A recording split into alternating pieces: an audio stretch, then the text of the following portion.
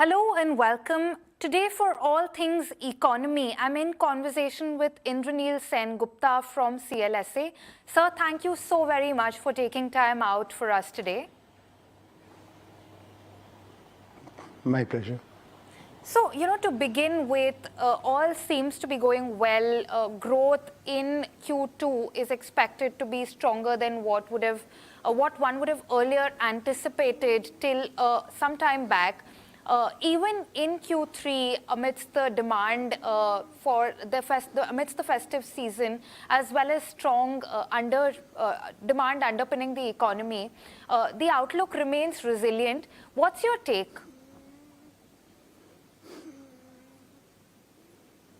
Yeah, so we are looking at 6.9% GDP growth for this quarter, and 6.4% for the year, and 6.5% for the year next year. So we do think that India is performing relatively better than most economies, in very, very challenging global conditions. So we agree with you there. Of course, we are seeing a shallow recovery relative to the past, but that is only to be expected given the stresses that the global economy is going through. And we have also been hit by uneven rains. That also has led to stress in rural India. But obviously, India is far more resilient to global shocks than most EM peers. All right, so like you've mentioned, rural recovery remains a little bit of a concern. We have seen mixed signals emanating from that part of the economy. For the longest while, we also saw rural wage growth lagging rural inflation. The outlook is, of course, changing a little bit with inflation finally coming under control. But what's the outlook on the rural sector?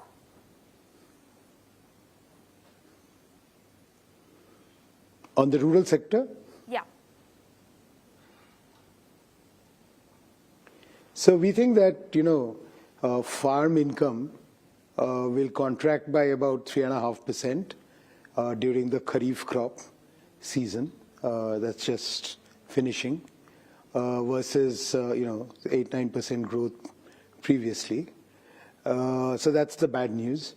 The good news is that, there should be enough water in the rivers to irrigate a decent bumper wheat crop.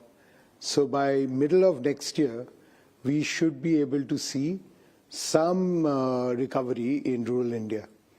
Unless the El Nino persists for a second time, I think the present period of stress should be done by summer of 2024. The government is also helping by raising minimum support prices, by taking various other measures. Yesterday you saw that the cabinet has passed, extending the free 5 kg rice and wheat scheme for the next 5 years. Right. So, so far we've seen consumption remain fairly strong, and that's been driving growth. But what's the outlook? I mean, we're currently in the midst of the festive season. Do you think consumption will lag a little bit going forward in the next quarter, maybe?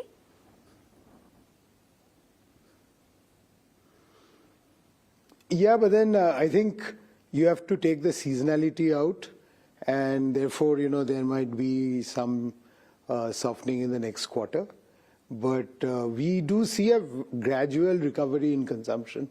I would think that, for a full recovery in consumption, we will have to wait for a few more months. All right. And what's your outlook on CapEx? Especially considering that global growth remains weak and is unlikely to look any better even in the next calendar year. So CapEx may be, 1 or 2 years away, private sector CapEx. I know we keep saying that for the last 8-10 years, but then I think gradually many sectors are coming close to 80% utilization. So as the perception of economic uncertainty go away, I think that firms will begin to get into capex. But that's clearly probably a 25 story. All right.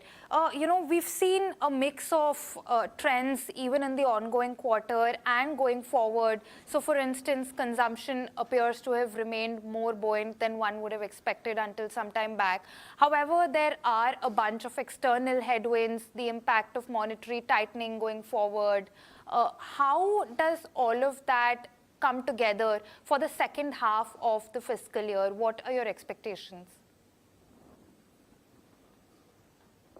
So that's why I said at the very beginning that, we are seeing a shallow recovery and, overall growth barring a few quarters that had high base effects has been relatively soft. But I do think that the central banks are almost done with their tightening and our attention will now turn to rate cuts going ahead. So the RBI should be able to cut rates. It could actually probably cut rates in December or maybe in February. So therefore, the rate cut cycle is likely to turn. Of course, the impact on the economy will take some more time. Now the big thing to watch for is whether the US slows down and to what extent. Sorry, I want to go back to what you mentioned about the RBI cutting rates. When do you expect the RBI to start cutting rates? So we had a contrarian call for December, given that inflation is 5%, core inflation is 3.8%. We think that the RBI shouldn't really be sitting at 6.5%. We understand the Fed has been the constraint, but then the Fed also looks to be peaking. At least that is our call that the Fed is done.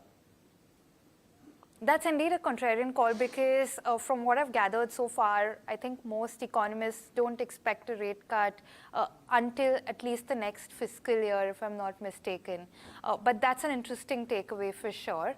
All right, so, another thing I did want to ask you about is at the CLSA conference, there was a lot of conversation about India. Also, one of the parameters, one of the aspects we touched upon was China plus one, and to what extent it's expected to benefit India, and to what extent it's already benefiting India. So what's your view on that? And the reason I'm asking you that is because some colleagues of yours that I've spoken to a short while back were of the opinion that China plus one is not benefiting India to the extent that we here might have sort of expected. So I think that this is a fairly slow process.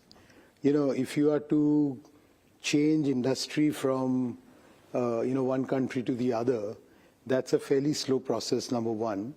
And number two, the current situation is that you are seeing at best assembly lines move.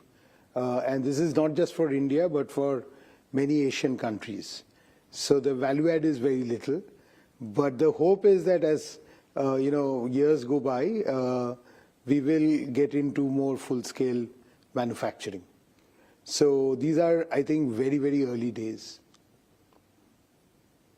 All right. But so at this stage, would it be fair to say that whatever is the benefit we've seen, and of course, every once in a while, we do see stories like what's been happening with Foxconn and the Apple story here in India that's being widely celebrated. Would it be fair to say that at this stage, not enough for anything to as such move the needle? I think this is a good start. But like I said, that this requires a lot more time than what has evolved. All right. All right, sir. Thank you so very much for taking time out for this conversation today. This was most insightful. Thank you very much indeed.